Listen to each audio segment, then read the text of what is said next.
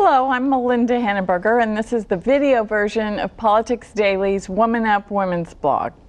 This week, we're still talking about President Obama's decision to double down in Afghanistan, sending 30,000 more troops. A Bush-style surge that has made progressive apoplectic.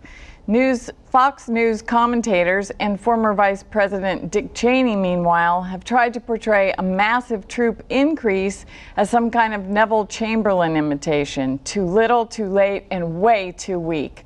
Yet the public feels otherwise. A majority supports Obama's plan. And interestingly, the numbers of Democrats and Republicans who are with the president on Afghanistan are nearly identical. Why the disconnect? Patricia Murphy, this really seems to be a signature decision for President Obama. Here he is bucking his own base, his own party. And just a few days ago, this was seen as a political suicide.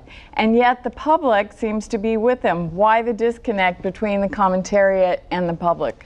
The commentariat is concerned with poll numbers and elections and what the president's Democratic base is going to do. The public is concerned with winning in Afghanistan, or at least coming home without too many American deaths and with at least improving the American security situation. I think this is a case where the American public is way ahead of where the commentariat and the talking heads, and frankly even members of Congress, Democrats came out very, very negative. Republicans even, who had urged the president to make this decision, also came out very, very negatively. And I think that this is a case where everybody in Washington can just tune themselves out, let the president do what he needs to do. This is what the generals told him he needs to do. He's following that recommendation. I think he deserves the time to try and get it right. And with NATO now adding 7,000 troops, we're almost to what McChrystal asked for. And so interesting that 58% of Democrats support it, 55% Republican. Really, I'm surprised. So well, obviously. The reason that is because of the deadline. This arbitrary deadline of July 2011. I think which nobody thinks he's going to meet for the pullout. Well, it's giving the bad guys, it's saying like hold out for 18 months, go hide in your caves, and then come out. I mean, why did he give a deadline? Well, but it's a deadline, Emily Miller, that's not a deadline. I mean, he has said he's going to start pulling out. If you listen to Hillary Clinton on the Hill this week, answering questions at the Senate Armed Services Committee, you know, they were very clear that so-called withdrawal could be one soldier. I mean, that's when it's going to start. But I think it shows weakness, by the American weakness. It shows military, and we are not a weak. Our military is not weak. I'd love to ask you, Emily, as a conservative writer, why wasn't there more support for this increase when it really was this Bush-style surge, and the withdrawal is very much like Bush's plan to withdraw from Iraq. It's all dependent on situation on the ground.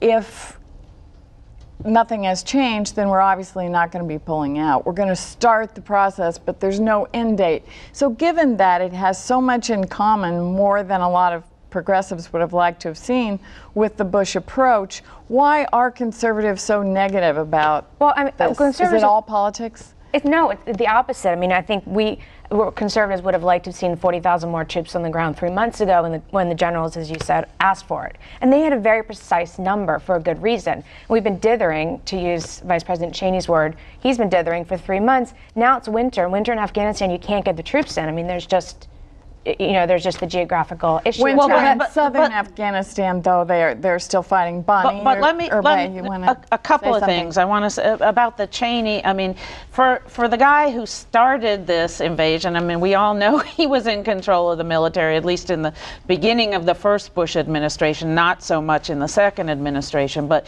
he's the one who launched this attack that has, and then launched Iraq, which of course drained major resources from Afghanistan, which is where we should have gone in full force, gotten that business taken care of, and been way pulled out by now. For him to criticize Obama is beyond the pale. I mean, it's just completely beyond the pale. But I also want to get back to one thing your opening question about the disparity between Republicans and Democrats. Yes, a bare majority of Americans support President Obama on this. But let's remember, this is the candidate who got his foot in the public door by being against the Iraq War. Of course he's going to lose his base. And when you ask America, and by the way, it's a much deeper division between Americans, Democrats rather, 18 to 29, who vast majority are opposed to this move, and then older Democratic voters. But that 70% of the public also told Gallup late last week that they are worried about the cost impact. That's why, that's what's dividing people. The cost of this surge. Just one sec. I just want to say that, you know, once we get in there in this new surge too, and, you know, the Taliban is pushing back right away. Of course, there will be many more casualties. Of course, the more you step up the bombing, the more civilian casualties there will be. That's part of it too. The more IED deaths you're going to have. So we'll really see what public opinion does once the major casualties ramp up. But Leslie, I was very eager to ask you, you know, the point Bonnie was making about Vice President Cheney, it's a very serious thing. I mean, I heard a lot of liberal commentators saying, well, it's Dick Cheney, I don't care what he says. I care what he says. He's the former vice president of the United States.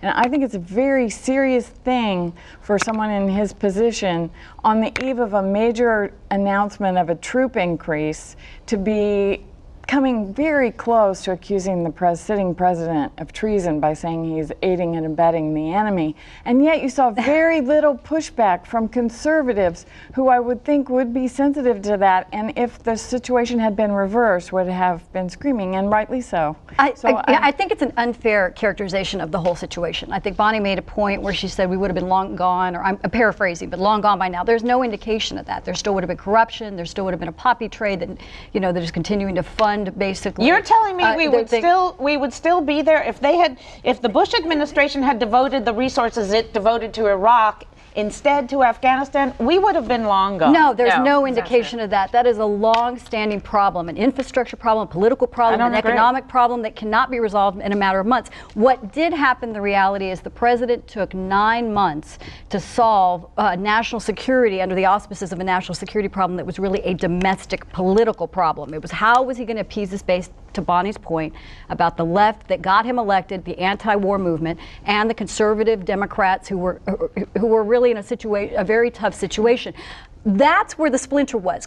Before the president's speech, you had conservative, Republican, and Democratic leadership saying, we're going to support the president on national security issues. The splinters were on the Democratic side between the factions of the Democratic. But no, Cheney's not on the left. Cheney was saying that, you know, he was basically, he might as well have been Obama running across the stage at West Point with carrying a white flag and screaming, "Run for your lives."